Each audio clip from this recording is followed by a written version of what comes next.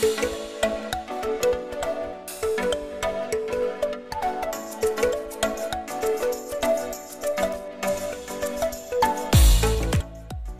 everyone, and welcome back to Sharon Cullen Art. Today I'm doing a fall landscape, of course, and I'm starting out in wet into wet technique using my 3/4 inch silver black velvet brush. I put lavender in the sky, and I used some moon glow and shadow violet for the background trees, and a little bit of sap green mixed with, I don't know, maybe some olive and whatever was on my palette at the time, just to take some of the intensity down. I did that in a very light wash, and then I'm drying it here just to speed along the process. But normally I would let something like this granulate, but it wasn't real important for this painting. So it got a little bit warped because I used my dryer, so I'm clipping it down here. I'm painting this in my 11 by 14 Pentalic Aqua Journal, and I will just let you watch and we'll get on with the landscape.